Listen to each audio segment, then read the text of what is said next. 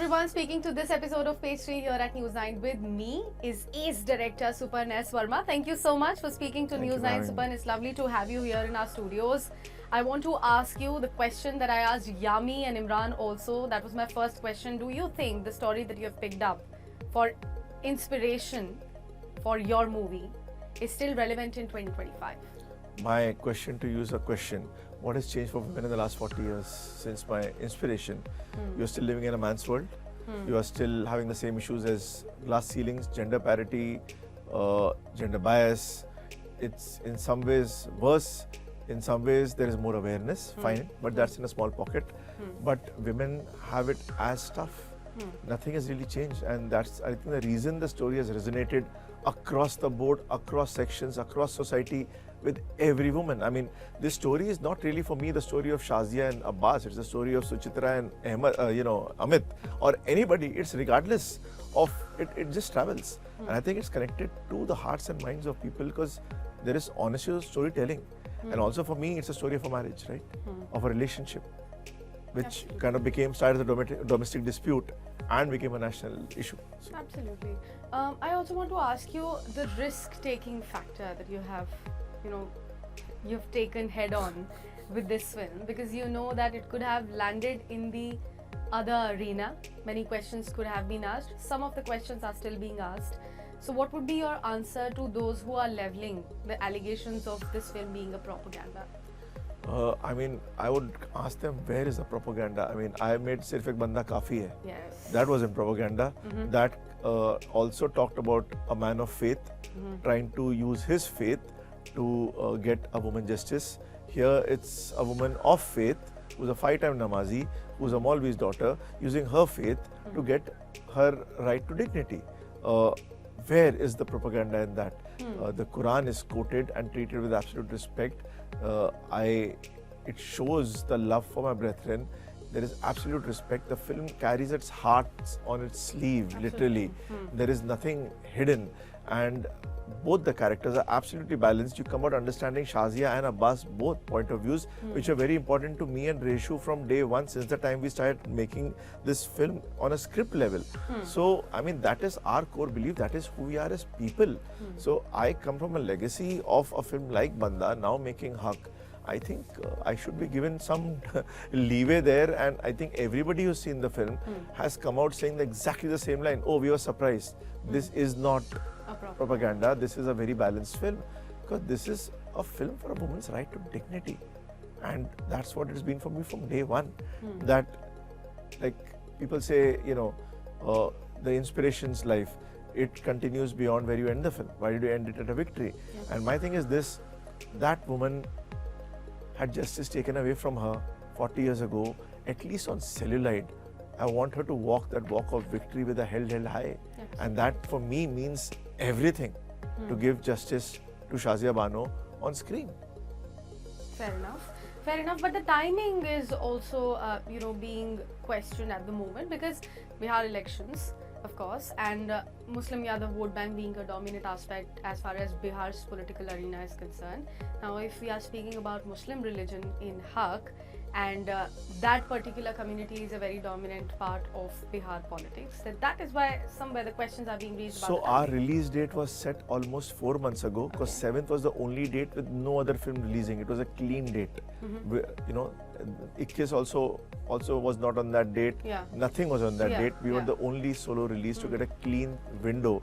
We had releases after us, we had releases before us. So we wanted to come 2 weeks after Thama, which was a big Diwali release. We wanted to come before Ajay Devgan's film. So this was a clean window for us, and we had said it months in advance. The elections were not even announced, number one.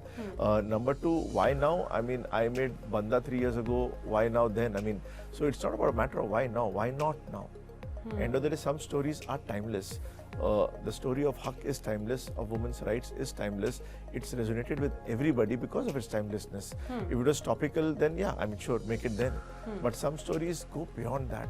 And everyone, now that you have seen the film yourself, there is zero propaganda. Is there politics? Yes, there is gender politics. there's politics of marriage, because wherever there is a power equation, politics comes into the picture. It's nothing to do with governance. It's nothing to do with political lines. It doesn't even discuss that. It doesn't even go there. It's not about that in the first place. It's a story of a woman who's fighting for her right to dignity, and a woman and a man who believes in what his belief system is, because it's normalized for him. There's nothing wrong about it in his head. So he uses whatever he can to justify his actions. And he's completely right in his belief. And he comes from a certain place. When you end out walking from the film, you understand Abbas, even though you don't agree with him. And that was important for me. Because he says a lot many things than just about his marriage. In terms of putting the pieces together, were there any aspects of, say, the history or the inspiration in this case that you were reluctant to touch? No. I'll tell you what, no reluctance as such, it was a choice and a matter, right? After the case, the decision verdict was kind of turned in Parliament. It's there in the supers. I've not shied away from telling you what happened post. Absolutely. But visually, I ended my film on a high because I wanted to end on a high. For me, I mean, I want to go out of the film feeling good about life, about fighting the good fight. And that's my choice as a filmmaker of how I choose to end it. Did I hold back facts? No, it's all there in black and white, codified, right? So that was something chosen from day one. My idea was to start insular with a woman falling in love with a man she met once for a first time in arranged marriage, setting a whole world around him, and then the world slowly changing and crumbling when he decides to get in a second wife, trying to accept that till the other woman kind of feels shafted of her own dignity and lashes out and reveals something which, had she not revealed, this wouldn't have happened. And also, she's not black and white either. Eventually, she understands Shazia's point of view. There is sisterhood shown in the film, which for me was very important. So I was inspired by the landmark Supreme Court judgment, because it's one of the most important judgments in our country. I mean, everything that happened because of that case is where we are today. And that is one part. But I needed the power of sisterhood to be brought out, because a woman's worst enemy, according to me, is a woman. And the woman's best enemy is the power of sisterhood, because more than bro codes, when women get together, they are untouchable and unbeatable. And I needed Saira to kind of see her point of view and at least have an opinion about her. So there is nobody who's black and white in this film. Everybody comes from a certain place. And that was important to kind of balance in this film, because in a world full of noise, I think the loudest voice is the sound of truth spoken in silence. And that's exactly what Haq does. Absolutely. But why then get inspired and not just pick up the story as it is and make a documentary film out of it? Because I'm in the business of entertainment. I'm a commercial filmmaker, and I want to make a commercial film where I will be inspired. The one I'm inspired from was 62 when it happened. My character is not. She had 5 children. She has 3. She was a policeman's daughter. She is a Maulvi's daughter. And I wanted to bring in faith, discuss a lot of other issues, and do it in a different way. And there are other women as well who are mentioned in the film. There is Fuzlun B and Tahira B. So for me, it's a whole multitude of women who I was inspired by, whose stories were all doing rounds at that point of time. And using those inspirations and heading to the Supreme Court judgment, Rishunath and I created a world where we kind of bring this issue to the fore in a different fashion. That's all. What's your favorite scene from the film? My favorite scene from the film actually is the scene where after the Shab-e-Barat, in the pre-climax, Imran's sons, kind of disassociate with him, and he comes home to her in her room in that outhouse, and she serves him, the kheer and halwa that she's made, and they have a conversation. For me, it's like I needed that scene always, because I told Rishu that Mahabharat was a dharma yudh. Because you had relatives fighting and killing each other, right? Absolutely. Nephew, nieces, everybody against each other. And end of every evening, the fight would stop. The minute the sun set, there's no fighting. And people would go from one tent to the other on the other side and meet each other, check on each other. And next day they would go back to killing each other. That's a very interesting dynamic. And here, it's 17 years of marriage. It's a long fight that they've been fighting, from sessions to Waqf board to High Court to the Supreme Court. They have children in common as well. There is a lot of history. But I wanted all that simmering to at least be kind of scene face to face, because I'm never going to have them talk face to face ever again in the film after this scene. This scene was almost like also a doffing my hat to the Heat scene with Al Pacino and De Niro, where they meet each other one single time in the whole film, and after that they, he shoots the other guy down. So it's that. It's old school cinema. It's Mahabharat. It's dignity. I believe relationships have dignity. They never scream, they never shout. They have a fighting match, but again, it's done in a very dignified fashion. Where she even says, "Ki bahar log hai, sun lenge."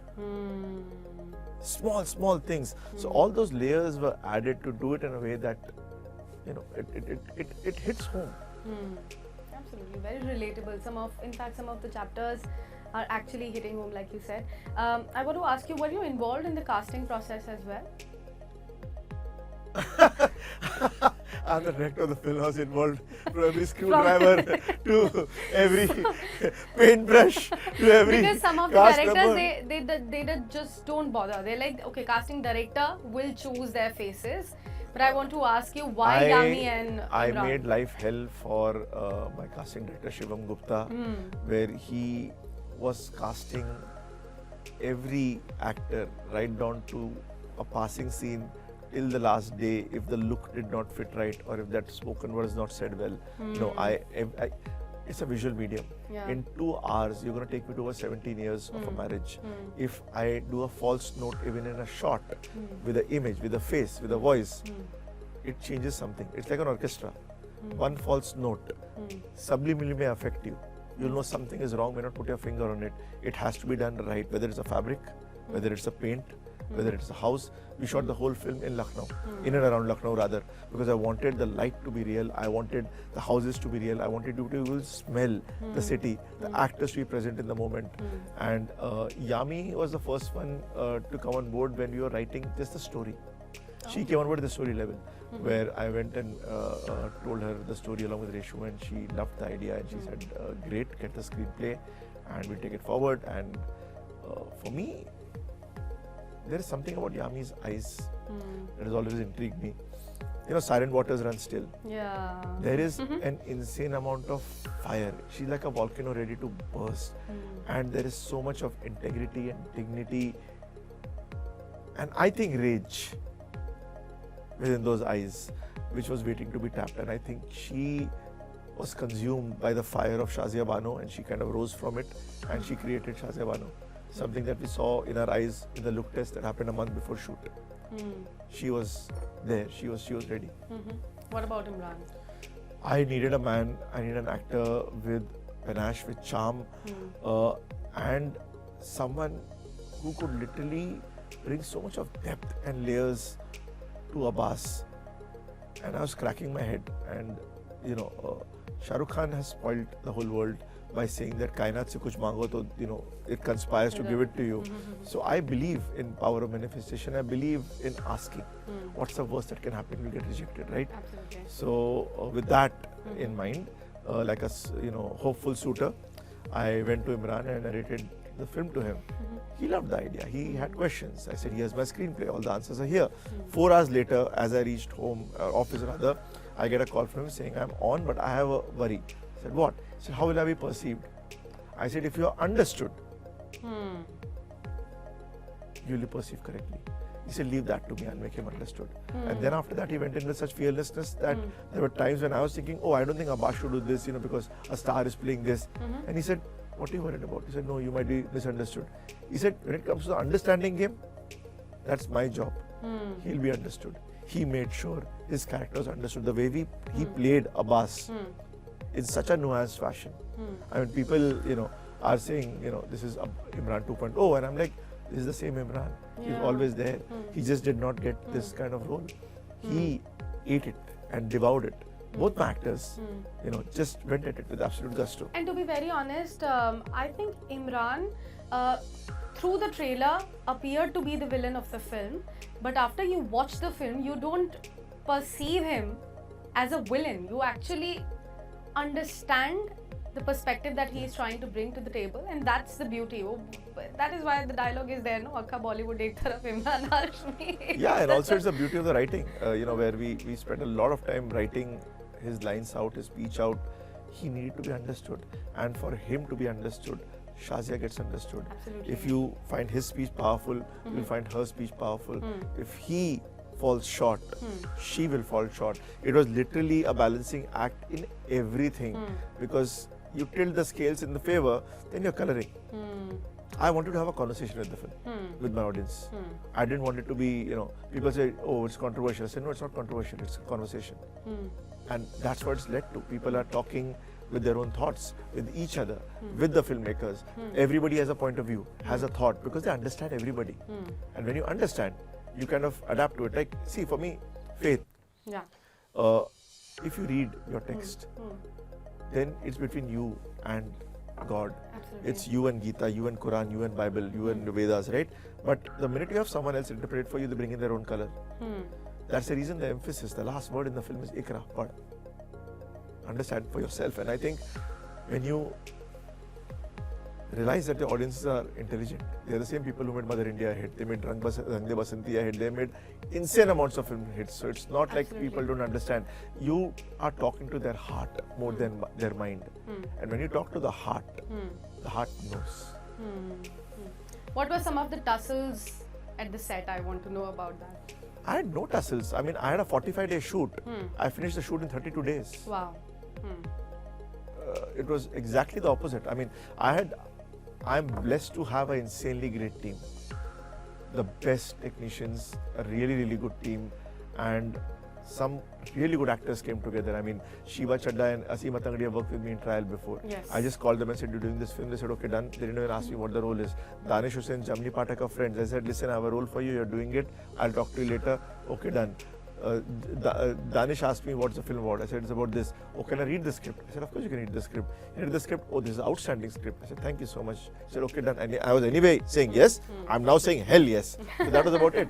So no, so it was wonderful working with this whole bunch. Zero tussle. I mean, we would travel.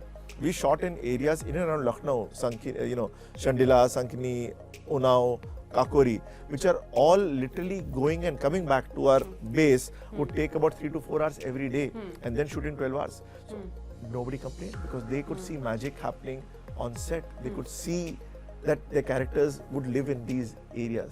My, the production designers were magicians, Abhishek and Sonam. They transformed dilapidated Havelis into Abbas's house, all created places for me. We made our sets there of a Supreme Court. Everything was done out there. So. From one buzz maker to another, I want to ask you, why no Suparn for Family Man 3? Because Suparn was shooting Rana Naidu 2 and Huck at that point of time. So, yeah. But it comes with a hard pill, so I had to ask you that why no Suparn, because we have loved first 2 seasons. And I also want to ask you about your journey, Suparn. Ek Banda Kafi hai, film like Huck, the trial ki hum baat kar le, if we talk about Family Man. You have given us great projects, you've been associated with great projects. When your name pops up, then now the hit comes up. But there was a time when you were also struggling in the industry. Tell us, how did you, sort of come out of that cocoon of depression, if I can say, because that puts you at a spot when you're a director and you're trying to achieve something and you are not doing it. So, as a writer, I had a mixed bag. I had success and I had failure. Yeah. As a director, I faced failure initially.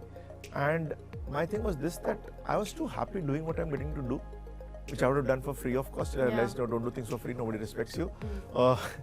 That I was just feeling blessed to be able to do what I need to do. Yes, failure sets you back, because you're back to square one again and again and again and again. Yes. And you are trying to figure out, what did I do wrong?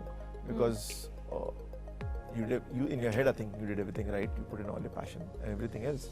But at the same time, failure teaches you everything you need to know. Success teaches you zero. All success teaches you, or not teaches you, gives you rather, besides paychecks, which get higher, is the fact it gives you the power to say no. Because when you are not successful, you are scared to say no. Ideally, I would say everybody should be saying no earlier on in life. You will face less failure, because FOMO is a very, very scary thing. So that's one part. I am a guy who chooses happiness. I don't think happiness comes to you. You have to wake up every day in the morning and choose happiness. So happiness is a choice.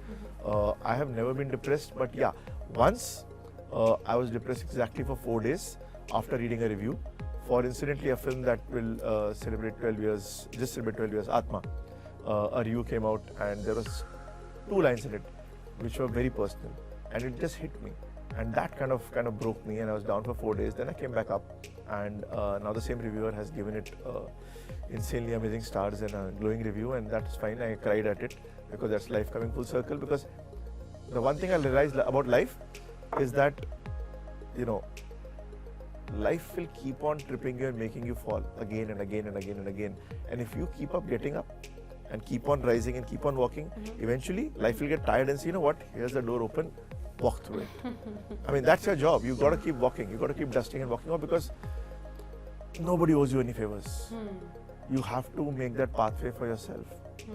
And everything in life will make sense later on in hindsight. Everything that led me to this moment in time is because of everything that I have kind of undergone, the good, the bad, the ugly, and I'm grateful for it. I really have no regrets. After one after another successful OTT franchises, were you scared for Hug and the box office collection? See, when we decided that Hug is going to be a theatrical release, it's something we decided on day one before we even embarked on the project. Yeah. OTT gives you one safety measure: there is no Friday. Yeah. So that is taken away. But fact is this, that my mentor is Feroz Khan, and he lived life like a king, and he taught me that in life, do things fearlessly and live fearlessly. If you live in fear, you're not living fully. If good stuff is supposed to happen to you, it will happen to you. If bad stuff is supposed to happen, there's nothing you can do with it. It is predestined. But at least follow your heart. So I have been just following my heart, and touchwood, Haq has been beyond rewarding. I mean, forget the kind of reviews that one gets maybe in a lifetime. Yes, we were very, very lucky with Sirf Ek Banda Kafi Hai, but with Haq, again, it's overwhelming. But the kind of love, the people clapping in theatres and crying in theatres, the kind of messages we are getting, the reactions we are getting, it is beyond overwhelming. And with every weekday, our numbers rising, and our Wednesday, Thursday numbers overtaking our Friday numbers, is just a testament to word of mouth. People have owned the film, they have made it theirs, and they are doing their job now. We are doing nothing. It's zero marketing support, it's more the word of mouth. We are only helping amplify that through marketing, the love that we are getting. Otherwise, it just belongs to the people. As a movie maker, I want to ask you a question which is almost in the headlines every day. This 9-hour working policy that the actresses have been speaking about nowadays. As a filmmaker, what's your perspective on it? I think it's a media-made headline, because actors working for 8 to 9 hours has existed for decades now. It's in their contracts. And I'm talking about male-female actors both. Some actors only work. Like in the contract will say, we are going to give you 10 hours, including 8 hours of shoot, 2 hours of makeup, including lunch, from arrival on set. It's old hat.